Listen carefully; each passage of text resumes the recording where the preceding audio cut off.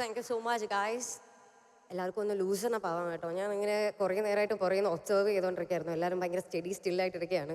ഞാൻ വളരെയധികം കോമഡിയുടെ ഒരു ഇൻഡസ്ട്രിയിൽ നിന്ന് വരുന്ന ഒരാളാണ്. ആസ് യു സെറ്റ്, ഞാനിത് ഇൻട്രോ പറയാമെന്ന് വെച്ചിരുന്നത്. അപ്പം ആസ് യു നോ, ഞാൻ ഒരു ആർട്ടിസ്റ്റാണ്, ആക്ട്രസ്സായിട്ടാണ് ഒരു പബ്ലിക്കിലേക്ക് വരുന്നത്. അത് കഴിഞ്ഞിട്ട് ഇപ്പോൾ ഒരു എൻ്റർപ്രനറായിട്ടാണ് നിൽക്കുന്നത്.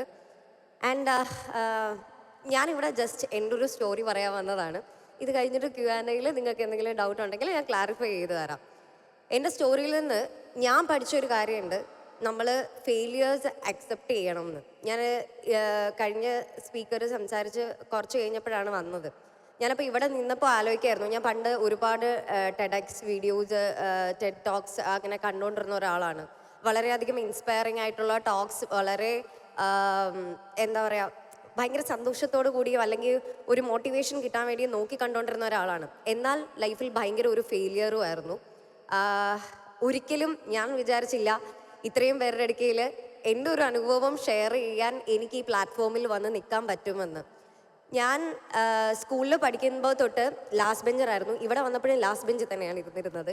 അപ്പം ഈ ലാസ്റ്റ് ബെഞ്ചിൽ നിന്ന് ഇവിടെ ഒരു എൻ്റർപ്രനർ ആയിട്ട് നിങ്ങളോട് ഇത്രയും പേരോട് സംസാരിക്കാൻ എന്നെ ഇൻവൈറ്റ് ചെയ്ത് നിൽക്കുമ്പോൾ the journey was not easy. ഇപ്പം എല്ലാവരും എന്നോട് ചോദിക്കുന്നുണ്ട്, ഓ എന്താ എളുപ്പമായില്ലേ, ഇപ്പം അങ്ങനല്ലേ ഇങ്ങനല്ലേ എന്ന് പറഞ്ഞിട്ട്. ഇതൊന്നും ഒരു സുപ്രഭാതത്തിൽ നടന്ന കാര്യമല്ല. ഞാൻ 2ാം ക്ലാസ്സിൽ തോറ്റുപോയതാണ്. 2ാം ക്ലാസ്സിൽ തോറ്റുപോയി. അപ്പം എൻ്റെ സ്കൂളിലുള്ളൊരു വിധി എഴുതി, ഓ മണ്ടിയായിട്ടുള്ള ക്ലാസ്സിൽ ഒരെണ്ണം, കുരുത്തക്കെട്ട് ഒരെണ്ണം എന്നുള്ളത് വിധി എഴുതി. അപ്പം ഞാനും വിചാരിച്ചു ഓക്കെ, വർത്ത് ഫോർ നത്തിങ് ആണെന്ന്. കാരണം വീട്ടിൽ നിന്നാണെങ്കിലും എൻ്റെ ഫാമിലിയിൽ എല്ലാവരും മറ്റേ ഫുൾ A+ഓടുകൂടി ഡോക്ടർ, എൻജിനീയർ എന്നുള്ള ലക്ഷ്യം വരുമ്പം ഒരു ലക്ഷ്യമില്ലാതെ താളം തെറ്റി നടക്കുന്ന ഒരാളായിരുന്നു ഞാൻ.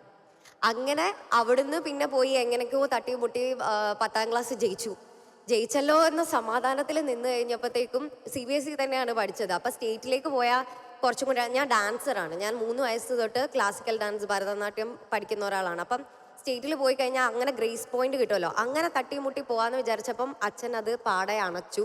അച്ഛൻ പറഞ്ഞു CBSE തന്നെ പഠിച്ചാൽ മതി എന്ന്. അപ്പം അവിടെ വേറെ ഓപ്ഷൻ ഇല്ല, ബയോമാക്സ് തന്നെ എടുക്കണം. അങ്ങനെ നിന്നപ്പോൾ ഈ അടുത്ത് ഞാനൊരു ഇൻ്റർവ്യൂവിൽ പറയുന്നുണ്ടായിരുന്നു, ഞാൻ +1 വീണ്ടും തോറ്റുപോയി.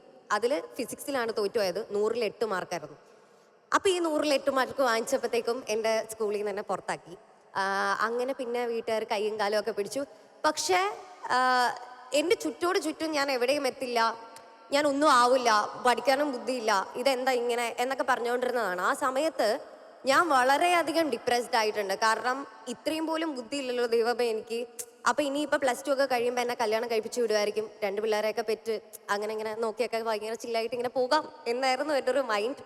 അത് കഴിഞ്ഞിട്ട് പക്ഷേ എൻ്റെ അച്ഛൻ എന്നെ പഠിപ്പിക്കണമെന്ന് ഭയങ്കര ആഗ്രഹമായിരുന്നു. സോ ഇറ്റ് ഈസ് ലൈക്ക് അത് കഴിഞ്ഞ് പിന്നെ കൈയും കാലും ഒക്കെ പിടിച്ച് ഇനി അഥവാ തോറ്റുപോയി കഴിഞ്ഞ് കഴിഞ്ഞാൽ ഞങ്ങൾ ഫുൾ റെസ്പോൺസിബിലിറ്റി ഏറ്റോളാം എന്ന് പറഞ്ഞിട്ട് വീണ്ടും കയറ്റി. CBSE ആകുമ്പോൾ അങ്ങനെ ഒരു ഗുണമുണ്ട്, നമ്മുടെ +1-ൽ കാൽക്കുലേറ്റ് ചെയ്യില്ല, +2-ൽ. പക്ഷേ +2-ൽ എങ്ങനെയൊക്കെയോ ജയിച്ചു, രക്ഷപ്പെട്ടു. അത് കഴിഞ്ഞപ്പോൾ എൻ്റെ parents was very well supportive. കാരണം എൻ്റെ ഇഷ്ടത്തിനുള്ള ഒരു സബ്ജക്റ്റ് എടുത്തോളാൻ പറഞ്ഞു. അപ്പം ഞാൻ 1 ഇയർ ഞാൻ വീണ്ടും ഗ്യാപ്പ് എടുത്തു, ഏവിയേഷൻ പഠിച്ചു. ഏവിയേഷൻ എനിക്ക് ഇഷ്ടപ്പെട്ടു വന്നു. പക്ഷേ എനിക്കൊരു കോളേജ് ലൈഫ് അവിടെ കിട്ടിയില്ല.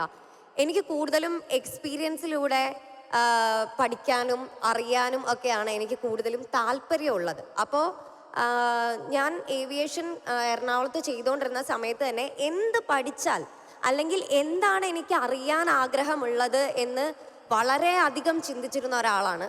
അങ്ങനെയാണ് നമ്മൾ പൊതുവേ, അപ്പം ആ സമയത്ത് എൻ്റെ കൂടെ പഠിച്ചവരെല്ലാം എൻട്രൻസിൻ്റെ കോച്ചിങ്ങിന് ചേർന്നു. ഈ പറയുന്നത് പോലെ കുറേ പേര് പറഞ്ഞു, അവളിപ്പോൾ പണിയൊന്നും ഇല്ല, ഇങ്ങനെ തേരാപ്പാര എന്തോ ബ്യൂട്ടീഷ്യൻ കോഴ്സൊക്കെ പഠിച്ച് നടക്കുന്നുണ്ടെന്നാണ് കേട്ടതെന്ന് പറഞ്ഞു. എൻ്റെ മാനേജ്മെൻറ്റിൽ എല്ലാവരും വിചാരിച്ചു എന്തൊക്കെയോ കൈത്തൊഴിലൊക്കെ ചെയ്ത് നടക്കുന്നുണ്ട്, അങ്ങനത്തെ ടോക്കൊക്കെ വന്നു. അപ്പോൾ ഇതൊക്കെ നമുക്ക് ഭയങ്കരമായിട്ട് ഡീമോട്ടിവേഷനാണ്, നമ്മൾ എവിടെയും എത്തില്ല എന്ന് വീണ്ടും റിമൈൻഡ് ചെയ്തുകൊണ്ടിരിക്കുന്ന ഒരു സാധനമാണ്. അങ്ങനെ അപ്പോൾ ഈ ടൈമിലെല്ലാം ഞാൻ എൻ്റെ അച്ഛൻ കൂടുതലും ഈ ഇൻഡസ്ട്രിയിലേക്ക്, അഭിനയം എന്ന് പറയുന്ന ഇൻഡസ്ട്രിയിലേക്ക് കൊണ്ടുവരാൻ ട്രൈ ചെയ്യുന്നുണ്ടായിരുന്നു. അതും ഒരു ഫെയിലിയറാണ്. 100-ലധികം ഓഡീഷൻ ഞാൻ കൊടുത്തിട്ടുണ്ട്, ഒരു ഓഡീഷനിൽ പോലും കിട്ടിയിട്ടില്ല. അങ്ങനെ നിന്നപ്പോഴാണ് journalism, mass communication and journalism എന്ന് പറയുന്ന സബ്ജക്റ്റ് കേൾക്കുന്നതും അതിനെക്കുറിച്ച് കൂടുതൽ അറിഞ്ഞപ്പോഴത്തേക്കും എനിക്കത് താല്പര്യമുണ്ടെന്ന് ഞാൻ അറിയുന്നതും. അങ്ങനെ ഞാൻ പുൽപ്പള്ളി പഴശ്ശിരാജ കോളേജിൽ BA ചേർന്നു. അവിടെ എനിക്ക് ഫസ്റ്റ് റാങ്ക് ആയിരുന്നു. അങ്ങനെ ലുക്ക്, ഞാൻ ഇപ്പോഴും പറയുന്നു ഞാൻ പഠിച്ചിട്ടില്ല. I just gained knowledge. ഞാൻ ക്ലാസ്സിൽ കയറിയിട്ടില്ല. ഞാൻ അതെന്താണ്, ഒരു ക്യൂരിയോസിറ്റി ഉണ്ടാവുമല്ലോ കുട്ടികളുടെ ഇടയിൽ, ഒരു ക്യൂരിയോസിറ്റി ഉണ്ടാവും. അതെന്താ ഇങ്ങനെ ചെയ്യുക, ക്യാമറ എങ്ങനെ പിടിക്കുക, ഈ ക്യൂരിയോസിറ്റി മാത്രമാണ് ഞാൻ അറിഞ്ഞത്. അറിഞ്ഞത് ഞാൻ പേപ്പറിലേക്ക് പകർത്തി, അങ്ങനെയാണ് എനിക്ക് ഫസ്റ്റ് റാങ്ക് കിട്ടുന്നത്.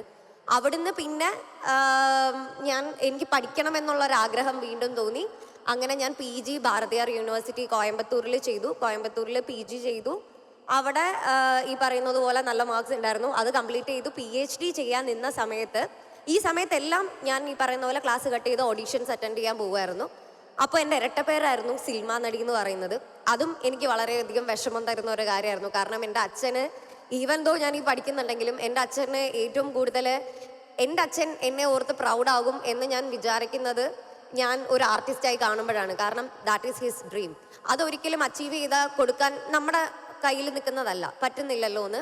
പക്ഷെ പിന്നീട് ഈ പറയുന്നത് പോലെ ഇങ്ങോട്ടേക്ക് തന്നെ നമുക്കുള്ളതാണെങ്കിൽ യൂണിവേഴ്സ് കരയ്ക്ക് തിരിച്ച് കൊണ്ടുവരുമെന്ന് പറയുന്നത് പോലെ ചക്കപ്പഴം വന്നു. ചക്കപ്പഴം ചെയ്തു. ഒരു നൈറ്റ് കൊണ്ട് എൻ്റെ ഫുൾ ടൈം ഇങ്ങനെ ഫ്ലിപ്പാവുമായിരുന്നു. അതിനുശേഷമാണ് ഇതിൻ്റെയൊക്കെ ഇടയിലും എനിക്കിങ്ങനെ വെറുതെ ഇരിക്കുന്ന ഇഷ്ടമില്ല. വൺസ് നമ്മൾ നോളജ് അക്വയർ ചെയ്യുന്നത് അത് ഭയങ്കര ഇഷ്ടപ്പെട്ട് തുടങ്ങിക്കഴിഞ്ഞാൽ നമുക്ക് പിന്നെയും വേണം എന്ന് തോന്നും. അങ്ങനെയാണ് ഞാൻ അരോമ തെറാപ്പി ആൻഡ് പെർഫ്യൂമോളജി പഠിച്ചത്. 3 വർഷത്തോളം അതിൻ്റെ ഡിപ്ലോമാസ് എടുത്തു. അത് കഴിഞ്ഞ് ഒരു 10 മാസത്തോളം ഞാൻ അതിന് കഷ്ടപ്പെട്ടു. അതിന് ശേഷമാണ് ഇന്ന് ദ പെർഫ്യൂം പ്രോജക്റ്റ് എന്ന് പറയുന്ന ഒരു സ്ഥാപനത്തിൻ്റെ ഫൗണ്ടറായിട്ട് നിൽക്കുന്നത്. ഒരു 1 വീക്ക്, ഇപ്പോൾ ഒരു 1 മന്ത് ആവുന്നതേ ഉള്ളൂ. പക്ഷേ വിത്തിൻ 1 വീക്ക് നമുക്ക് 100+ കസ്റ്റമേഴ്സ് ഉണ്ടായി. ഓൾ ഓവർ ഇന്ത്യ നമുക്ക് ഡെലിവറി ഉണ്ടായി. പെട്ടെന്ന് തന്നെ വെബ്സൈറ്റ് ലോഞ്ച് ചെയ്യാൻ പറ്റി. ഇപ്പോൾ നമ്മൾ സെക്കൻഡ് സ്റ്റോറിന് വേണ്ടിയിട്ടുള്ള പരിപാടി നടക്കുകയാണ്. അങ്ങനെ ഇറ്റ് ഈസ് ലൈക്ക് പെട്ടെന്ന് ഇതാകുന്നു എന്നെല്ലാവർക്കും തോന്നുന്നുണ്ട്. പക്ഷേ ഇതിൻ്റെ പിന്നിൽ ഒരുപാട് ഫെയിലിയേഴ്സ് ഉണ്ട്, ഒരുപാട് കണ്ണീരുണ്ട്, ഒരുപാട് തോറ്റുപോയ കഥകൾ എനിക്ക് പറയാനുണ്ട്. ഇതിനാണെങ്കിലും പഠിച്ച് പരീക്ഷിച്ച സമയത്ത് തോറ്റുപോയ കഥകളുണ്ട്. ഇതിപ്പം ഇവിടെ ഇങ്ങനൊരു പ്ലാറ്റ്ഫോം കിട്ടിയപ്പോൾ ഞാൻ പറയാനുള്ള കാരണം, ഇപ്പോഴത്തെ കുട്ടികൾ കുറേ പേര്, എൻ്റെ ഡിപ്രഷൻ്റെ കാര്യം ഞാൻ ഓപ്പൺ അപ്പ് ആയപ്പോൾ കുറേ പേര് എൻ്റെ അടുക്കൽ വന്ന് സംസാരിക്കും. അപ്പോൾ ഇവർക്കാർക്കും ഫെയിലിയേഴ്സ് ഫേസ് ചെയ്യാൻ ഭയങ്കര ബുദ്ധിമുട്ടാണ്. ഞാൻ ഒരിക്കലും ഇത്രയും പെട്ടെന്ന് എൻ്റെ സ്ഥാപനം വലുതാകും, ഇല്ലേ ഞാൻ ഇട്ട പൈസ എല്ലാം തിരിച്ചു കിട്ടും എന്ന് വിചാരിച്ചിട്ടല്ല തുടങ്ങിയത്. ഞാൻ ഇതൊരു ഫെയിലിയർ ആകും എന്ന് വിചാരിച്ച് തന്നെയാണ് തുടങ്ങിയത്. പക്ഷേ നമ്മൾ അത് ചെയ്തോ എന്നുള്ളതിലാണ് കാര്യം, അത് എവിടെ വരെ എത്തി എന്നുള്ളതിലല്ല. നമ്മൾ ഇന്ന് ചെയ്തോ, വാട്ട് വി ഡു നൗ, അത് പിന്നീട് എങ്ങനെ വേണമെങ്കിൽ വരാം. ചിലപ്പോൾ ഇത് സക്സസ് ആവാം, ചിലപ്പം ഫ്ലോപ്പ് ആവാം, നമ്മൾ കടത്തിലാവാം. പക്ഷേ there is a way. നമുക്ക് അതിൽ നിന്ന് തിരിച്ചു വരാൻ, നമുക്ക് എപ്പോഴും വർക്ക് ചെയ്യാം എന്നുള്ളൊരു മൈൻഡ് സെറ്റ് ഉണ്ടെങ്കിൽ, ഒരിക്കലും ഗീവ് അപ്പ് ചെയ്യില്ല എന്നൊരു മൈൻഡ് സെറ്റ് ഉണ്ടെങ്കിൽ നമുക്ക് എന്ത് വേണമെങ്കിലും അച്ചീവ് ചെയ്യാം. അപ്പം എൻ്റെ ഒരു ഗട്ട് ഫീലിംഗ് ആയിരുന്നു, ലെറ്റ്സ് ഡു ഇറ്റ്, ബാക്കി വരുന്നിടത്ത് വെച്ച് കാണാം, എന്തായാലും ഒരു ഡു ഓർ ഡൈ സിറ്റുവേഷൻ ആണെന്ന്. അങ്ങനെ ഒരു സ്റ്റെപ്പ്, ഒരിക്കലും ഫെയിലിയറിനെ ഞാൻ പേടിക്കാതെ അടുത്തൊരു സ്റ്റെപ്പ് എടുത്തു വെക്കാമെന്ന് തീരുമാനിച്ച അന്നാണ് എൻ്റെ സമയം മാറിയത്. ഇതിവിടെ പറയാൻ കാര്യം, ഒരുപാട് പേര് എനിക്കാണെങ്കിലും പേഴ്സണലി മെസ്സേജ് അയക്കുന്നുണ്ട്, ചേച്ചി എനിക്കിത് ചെയ്യണം എന്നുണ്ട്, പക്ഷേ എനിക്ക് പേടിയാണ്, ഞാൻ തോറ്റുപോയാൽ ഇനി ആളുകൾ കളിയാക്കുമെന്ന്. കളിയാക്കുന്നവർ കളിയാക്കിക്കൊണ്ടേയിരിക്കും. ഒരിക്കലും ആ കളിയാക്കലുകൾ അവസാനിക്കുന്നില്ല. നമ്മളിത് എങ്ങോട്ടേക്ക് ചാനൽ ചെയ്ത് വിടുന്നു എന്നുള്ളതാണ്. ഇത് നമ്മൾ ഉള്ളിലേക്ക് എടുത്തു കഴിഞ്ഞാൽ അവർക്കൊന്നും പറ്റാനില്ല. കാരണം അവരൊരു 10-15 മിനിറ്റിൽ നമ്മളെ കളിയാക്കിയിട്ട് അവർ അടുത്ത പരിപാടി അല്ലെങ്കിൽ അടുത്ത ആളെ പിടിച്ചു പോകും. പക്ഷേ ഇത് അഫക്റ്റ് ചെയ്യുന്നത് നമുക്ക് മാത്രമായിരിക്കും, നമ്മുടെ ലൈഫിന് മാത്രമായിരിക്കും. അപ്പോൾ നമുക്ക് കിട്ടുന്ന കളിയാക്കലുകൾ എങ്ങനെ പ്രൊഡക്റ്റീവായിട്ട് ചാനൽ ചെയ്യുന്നു എന്നുള്ളതിലാണ് നമുക്ക് സക്സസ് ഇരിക്കുന്നത്. അപ്പോൾ ഇതിവിടെ പറയാൻ കാര്യം, ഓരോരുത്തരും ഇപ്പോൾ എന്തായിക്കോട്ടെ, നിങ്ങളുടെ ഡ്രീം എന്തോ ആയിക്കോട്ടെ, അതിനൊരു 1 സ്റ്റെപ്പ് എടുത്തു വെക്കണം എന്നാണ് ഞാൻ പറയുക. Maybe you will be a failure, പക്ഷേ ഒന്നടയുന്നത് മറ്റേത് തുറക്കാൻ വേണ്ടിയിട്ടായിരിക്കും. അതിൽ നിന്ന് you will learn a lesson. That lesson will lead to another good opportunity. Thank you guys.